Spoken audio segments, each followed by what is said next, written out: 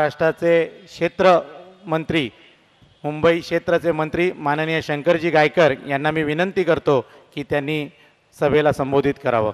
माननीय शंकरजी गायकर.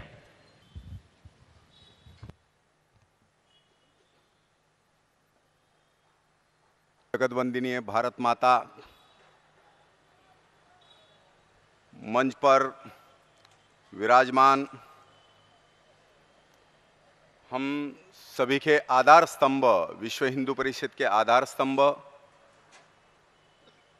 आत्मीय माननीय चंपतराय जी, विश्व हिंदू परिषद के संयुक्त महामंत्री तथा इस जिला के जिला मंत्री तथा इस विभाग के विभाग मंत्री, हमारी महिला प्रमुख, इस प्रांत के सहमंत्री तथा उपस्थित कार्यकर्ता बंधु तथा मातृशक्ति, आज हमको जिनको सुनने के लिए आए हैं, एक हमारे सभी के सौभाग्य से एक ऐसा व्यक्ति हमारे बीच में बैठा है जिनको प्रमुख वक्ता इस नाते से हमने बुलाया था. आज वो ये ऐसी हस्ती है, ऐसी व्यक्ति है, मैं उनका वर्णन नहीं करता हूं, लेकिन प्रत्यक्ष राम जन्मभूमि का इतिहास का पन्ना जिसको कहते हैं, जिनके विचारों में शुरू से लेकर जब से विश्व हिंदू परिषद ने राम जन्मभूमि का युद्ध प्रारंभ किया है और कल तक एक एक्यूज के रूप में, एक आरोपी के रूप में, जिन्होंने आज तक पूरे भारत में जितने भी जहां सुप्रीम कोर्ट, हाई कोर्ट है, सारे कोर्ट में विश्व हिंदू परिषद का पक्ष और पूरी जानकारी रखी, ऐसे हमारे बीच में वो उपस्थित है.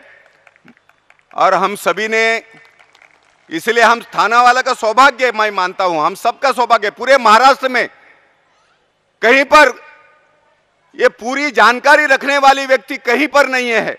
आज हमने आग्रह से थाना में उनको बुलाने का प्रयास किया और इतनी व्यस्तता के बाद में भी चंपतराय जी ने हमें समय दिया और हम सब लोग उसको, जो भी यहाँ पर उपस्थित है, मैं उनको प्रार्थना करूंगा कि राम जन्मभूमि क्या है, किस प्रकार से आज हमारे देश में प्रभु रामचंद्र जी के सारे विषय को किस प्रकार से मोड़ हमने लाया है.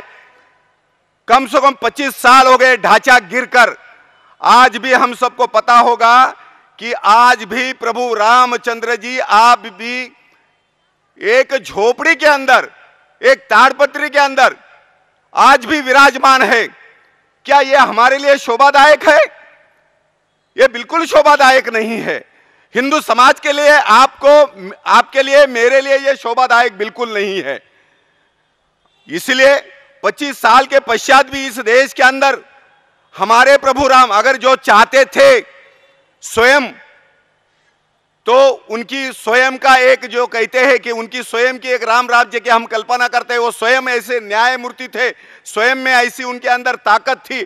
अगर वो चाहते तो उसी समय पर रावण को परास्त कर सकते थे, लेकिन उन्होंने अपना जीवन आपके और मेरे लिए बिताया. ये ध्यान में रखो,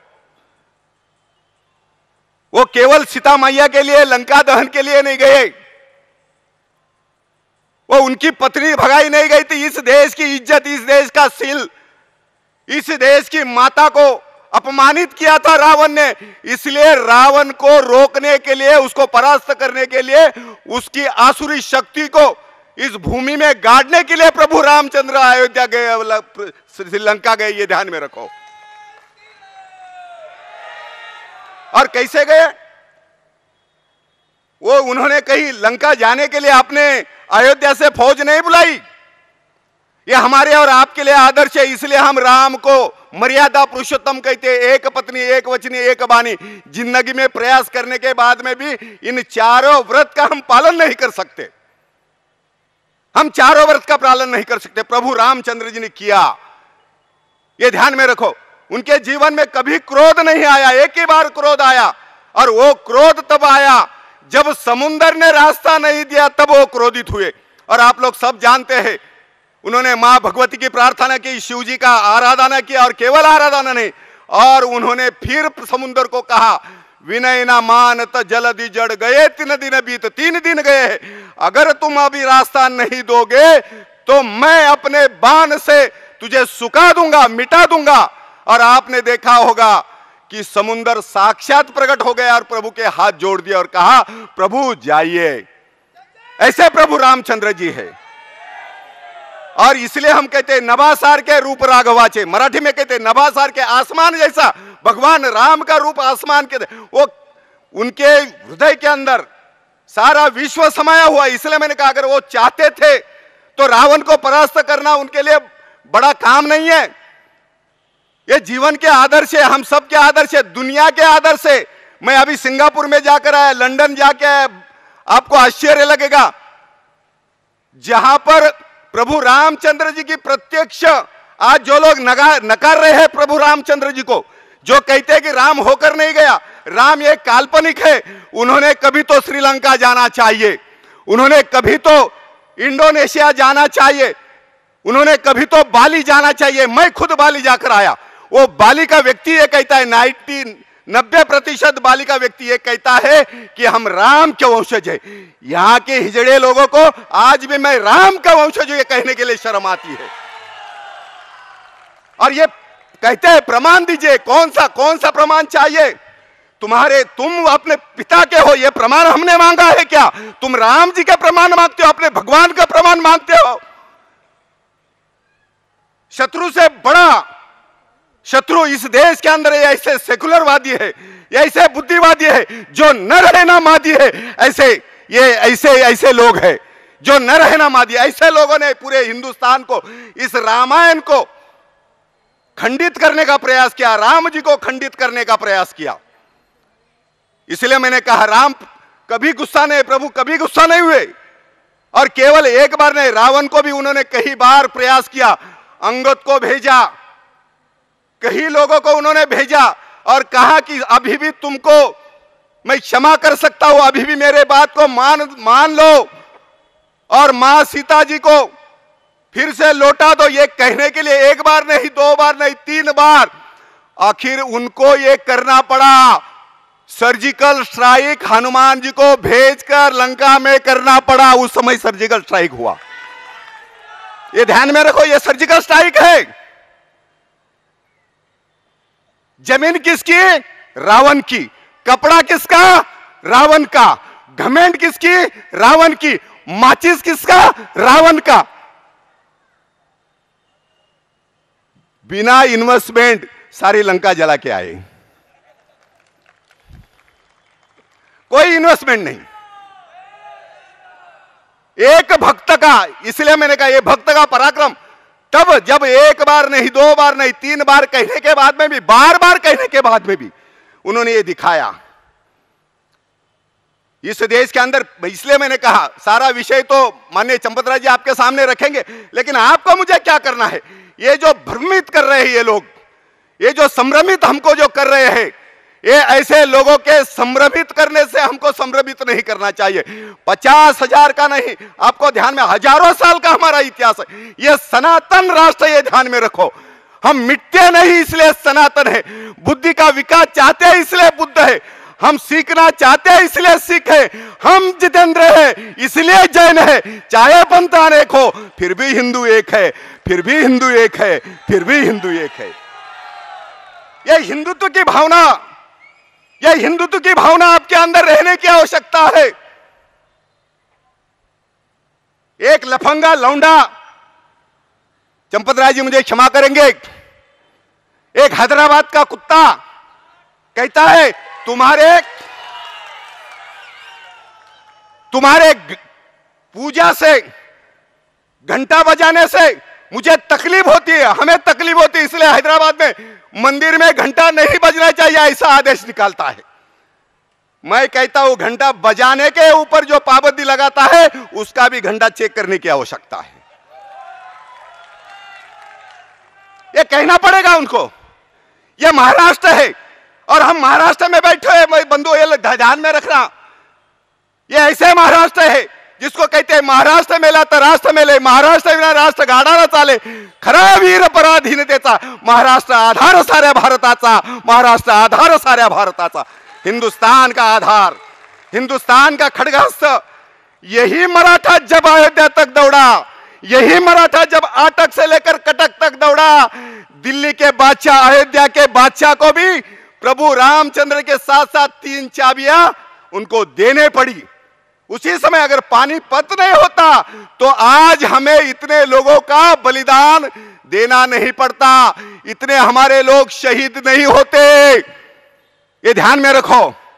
इसलिए हमने कहा कि इस प्रकार का ये जो खेल चालू है, ये जो हिंदू समाज के साथ में जो मजाक चालू है, ये मजाक कभी ना कभी बंद होना चाहिए। हिंदुस्तान नहीं, मतलब श्रीलंका में शूर्पणखा है, श्रीलंका में राम का वहां पर वास्तव्य है, यह श्रीलंका कबूल करती है। इंडोनेशिया कहता है कि हम भले मुसलमान हैं लेकिन हमारी संस्कृति, हमारी विरासत, हमारा कल्चर ये भारत का है, इसलिए वहां पर आज भी उनका ब्रीद वाक्य है, धर्म रक्षिति रक्षिता। ये इंडोनेशिया का ब्रीद वाक्य है मित्रों। वो इंडोनेशिया अपना एयरलाइन का नाम गरुड़ एयरलाइंस रखता है। दुनिया भर के नक्शे बदल गए, दुनिया भर के जो ढांचे गिर गए। बर्लिन के अंदर आज भी आप जाओ, बर्लिन ने अपना बदला ले लिया, फ्रांस में अपना बदला ले लिया। जिन जिन लोगों ने अपने विरासत को टूटा था, उन्होंने अपने विरासत पाने के लिए फिर एक बदला ले लिया। ये रामायण को मानने वाले लोग हैं। हिंदुस्तान के बाहर राम कथा, रामायण, इसका आदर होता है, इसको सर पर नाचते हैं, हमें ध्यान में नहीं आता। तभी आज सुबह सुबह मैंने एक पोस्ट पढ़ी, ओ कलमा जिनका मैं आपको मौलाना, एक मौलाना है जो आर रविशंकर जी से मिले। उन्होंने कहा, जब वो उनसे मिले तो मिलने के बाद में आपको आश्चर्य लगेगा, वो खुद कहता है वहां से बाहर से जो 10-12 मौलाना आए थे, उनको उन्होंने हिंदुस्तान देखना चाहते थे, हिंदुस्तान की विरासत देखना चाहते थे। उन्होंने कहा कि हमको ऐसा मंदिर दिखाइए। उनको काशी लेके गया, उनको काशी लेके जाके वो बड़ा मंदिर दिखा दिया, जिस मंदिर पर गीता के श्लोक लिखे हुए थे। और गीता के श्लोक पढ़ने के बाद में वो बड़े आश्चर्य लगे। उन्होंने उस गीता के श्लोक को उन्होंने अपने फारसी लैंग्वेज में ट्रांसलेट कर दिया, और ट्रांसलेट करने के बाद में उन्होंने उन मौलाओं को दिखाया कि ये उसका ट्रांसलेशन है, ये वो गीता के जो श्लोक है इसका ये अर्थ है, आप इस अर्थ को देख लीजिए। उन सारे मौलाना चकित हो गए। क्यों चकित हो गए? अरे उन्होंने कहा ये तो कुरान के अंदर की जो आयत है, ये आयतें वही है। उन्होंने कहा ये आयतें नहीं, ये गीता का श्लोक है। मतलब दुनिया ये मानती कुरान में जो नहीं है, जो रामायण से उठाकर कुरान बन गया है, दुनिया उसको मानती है। जब रामायण और कुरान ये मानता है कि ये रामायण की विरासत हमारे अंदर है, तो इस देश के अंदर बाबर तुम्हारा कौन लगता है? बाबर के साथ तुम्हारा क्या रिश्ता है? एक मंगोलियन आतंकवादी जिन्होंने हजारों मुसलमानों की कत्ल की, आज अफगानिस्तान में भी उसके कब्र पर अस्त व्यस्त कब्र है, वहां पर कोई जाता नहीं है। ये राम मंदिर, हमारे प्रभु का मंदिर क्यों नहीं बन रहा है? हमारे यहाँ के नेतागण जाते हैं, जो वहां का एक सामान्य आदमी उस कब्र पर नहीं जाता है। हमारे नेता जाता है, हमारे पूर्व प्रधानमंत्री माननीय इंदिरा जी वहां पर जाती है, मस्तक टिकाती है, राजीव गांधी जाते हैं, दुनिया भर के हमारे नेता, इनका कौन लगता है? वो कौन लगता है? जरा पूछो, आपने पूछना चाहिए आपका क्या संबंध है। इसके कारण हमारा मंदिर नहीं बन रहा है। गीता हमारा सर्वश्रेष्ठ ज्ञान है, इसके साथ में तुम नहीं है। आज ये ध्यान में रखने की आवश्यकता है मित्रों। मैंने केवल इसलिए कहा कि आज हम भटक रहे हैं, ये भटकने की आवश्यकता नहीं। रनी तो चेतवा, ये कहा है, समर्थ कहते हैं, ये महाराष्ट्र का समर्थ कहता है। आळंदी पंढरपुर में जाता है और प्रभु रामचंद्र जी पूछता है, जब इस्लाम का आक्रमण महाराष्ट्र में हुआ तब उन्होंने कहा तुम तो हाथ पे हाथ धरे बैठे हो, विट्ठल जी को कहते हो, विट्ठल जी को कहते हैं कि तुम तो कमर पर हाथ लेकर बैठे हो, तुम्हारी शरीर कहाँ गई, तुम्हारा धनुष्य बाण कहाँ गया, तुम्हारा प्रभु रामचंद्र जी का वो धनुर्धारी रूप कहाँ गया, ये विट्ठल के रूप में यहां पर क्यों बैठे। इस्लाम का आक्रमण जब आया है ये हनुमान जी पूछते हैं, समर्थ के रूप में हनुमान जी ये पूछते हैं। इसलिए बंधुओं मैं आपको ये कहना चाहता हूं, ये महाराष्ट्र की धरती है और महाराष्ट्र की धरती से फिर एक बार ऐसा हुंकार निकलना चाहिए कि दुनिया के अंदर हमें कोई अदालत नहीं रोक सकती, वो प्रभु का मंदिर खड़ा होना चाहिए। इसी के साथ मेरे वाणी को विराम देता हूं। जय श्री राम। धन्यवाद गायकर जी।